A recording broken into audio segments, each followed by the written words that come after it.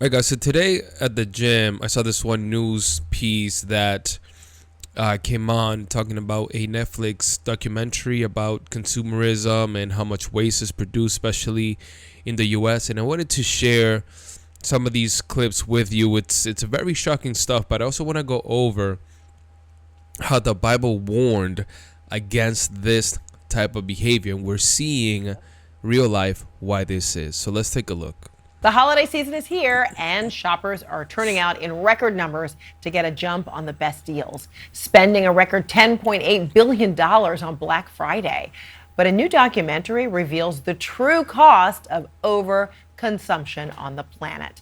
It's called Buy Now and was released on Netflix last week. The film explores how brands make mindless purchasing too easy and what the consequences are of buying more than we need. And people love a great deal, but when they look at the consequences of mass production, reveal to them, just as we heard the woman talk about, all of these clothes, all this fabric showing up on these beautiful, what were pristine, beautiful beaches in West Africa. And they are now, stuck with all of this trash, so to speak. That's eye-opening for a lot of people. That was so I haven't seen the entire documentary, but my wife was watching it, so I vicariously saw a few different pieces of the documentary. And one of the most shocking things for me was how the things that didn't get sold or that were returned and they couldn't really stock back up, they would purposely damage them and throw them away so that people could not sell them at a cheaper price. And the amount of stuff that just gets thrown away brand new that could be used by people that are in need it was crazy.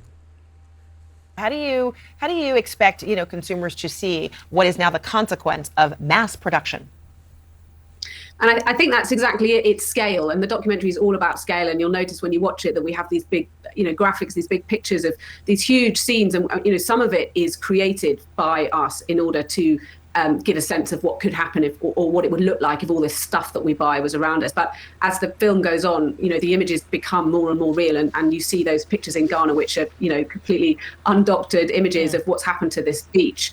And it's really about the amount of stuff. And obviously individually we buy stuff, we need things, but when you times that by everyone in the world and you look at the way that shops are kind of pushing all this stuff, this conveyor belt of stuff, when you think of it in those terms, hopefully I think it changes stuff for people and it feels different. I mean, I will say that the entitlement that we have today for owning things and wanting things, and hey, I have a right to have the new iPhone, and what we really consider like poor has changed to an absurd point where like the poorest person that you quote unquote would find here in the US for the most part would have at least a cell phone, which is like an incredible piece of technology, right? And I just think overall we have become very, very entitled, right? I think that celebrities have a lot to do with this as well. I think I forget which rapper it is that I had heard of that basically only wore his shirt once and then threw it away instead of washing, right? The amount of just waste that happens. And there's a couple of verses that I want to share here. One is in Proverbs 23, 20 and 21. It says, "Do not join those who drink too much wine or gorge themselves on meat, for drunkards and gluttons become poor, and drowsiness clothes them in rags." And I think that we've all heard the stories, and we've seen the stories of celebrities that had a ton of money. They just waste all that money away and end up being poor, especially athletes.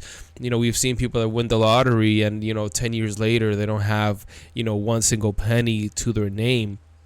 And the Bible's just warning against you not only indulging but like joining that mentality, that herd mentality that people have. It's that whole effect, keeping up with the Joneses, right?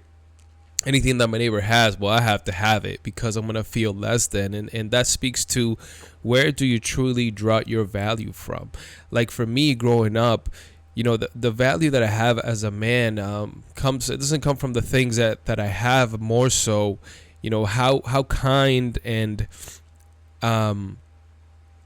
how kind and how generous, and how am I taking care of like my wife and my children, and making sure that, you know, they're nice people, right? Even education, right? It's overindulged to the point where a lot of parents would rather have an educated jerk, right, than a poor, nice son or daughter, right? Luke 12:15, and that's not to say that you can't have both, by the way, but Luke 12:15 says, "Then he said to them, watch out, be on your guard against all kinds of greed. Life does not consist in an abundance of possessions." And I think this is so very true, especially when it comes to the later part of your life. You know, a lot of people, when they're nearing that end, they don't really think about, man, I wish I would have gotten more stuff. I think that a lot of people reflect, right, and they think more about, man, I wish I had more time with their parents. I actually know a story of a gentleman. He's in his 70s, and when his kids were growing up, he gave them everything they could ever ask for, right? From a material perspective, they had it all, but from the love of their father, they didn't have much. And now he's in his 70s, and his children, they lacked that love from him, and then ultimately that drove them away, because, you know, the mentality here is, I have to give my children what I didn't have in terms of in terms of things.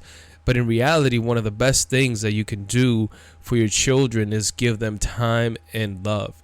And that has been so lost because we've idolized, you know, the God of things, right? I want more stuff and I want more stuff. And when you say stuff, it's not just clothes, you know, the stuff that we wear, but it's there are other things that are unmendable things, as you put it in your documentary. I mean, which is essentially a lot of trash that we're buying. Might be a great deal, but then it's not built to last. So then it just either fills up a landfill or, again, ends up at the bottom of the ocean or on a shore.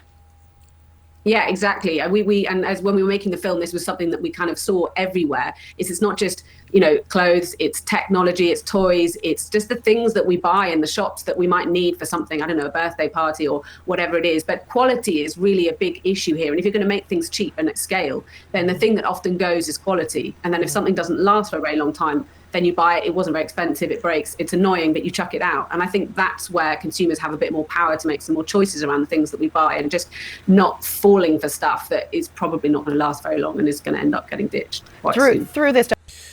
You know, I think that, you know, I've fallen for this as well. You know, you go for the cheaper version that, you know, is not going to last you as long, and just think, well, I'll just buy another set. And I mean, sometimes people just can't afford the fancier or the more durable things. But I will say for myself, for the most part, when I do spend some money, I do try to get something that will last me longer. I don't know if you guys remember, but there was a meme going around that it's kind of like an old couple, and you know, showing that they took care of their marriage, and it says, you know, back in my day, we fixed things that were broken, and in this case, it was symbolizing two things of that generation. One is that when things broke, you tried your best to fix it instead of throwing it away and buying a new one. And then it's also relating to marriage, right? Where the minute that something goes wrong, I fell out of love. Oh, then now, you know, I got to throw away my wife, throw away my husband, and then I need to get a new one. And just showcasing that mentality that back then you didn't give up on things so easily. And I think that this is very true for us today. You know, a lot of what we do and a lot of the life that we live is very disposable, right? We have this disposable mentality, if you will, that anything and everything is disposable, and unfortunately that also applies to marriage. And I just want to read real quick this one quick parable that Jesus gives of the rich fool. And it says here, the ground, and this is Luke 12:16-21, the ground of a certain rich man yield an abundant harvest. He thought to himself, what shall I do? I have no place to store my crops. Then he said, this is what I'll do. I will tear down my barns and build bigger ones, and there I will store my surplus of grain. And I'll say to myself, you have plenty of grain laid up for many years. Take life easy. Eat, drink, and be merry. But God said to him, You fool, this very night your life will be demanded from you. Then who will get what you have prepared for yourself? This is how it will be with whoever stores up things for themselves, but is not rich towards God. And this is just a warning, this parable, of this mentality that I just need. If I have a lot of stuff, I need to get even more stuff. And what Jesus is calling out here is that the point of life is not to get more stuff. The point of life overall is to serve God, and that comes in many ways, right? That comes in the service of others, right? Helping your neighbor, helping people that are in need, focusing a certain part of your life to making other people's lives better and easier. That comes in the way of spreading the gospel. That comes in the way of you raising a good family, of you being there for your children, of you taking care of your parents when they get older, right? There are so many facets of life that the Bible gives, that God gives instructions for, that are meant truly to make our lives richer.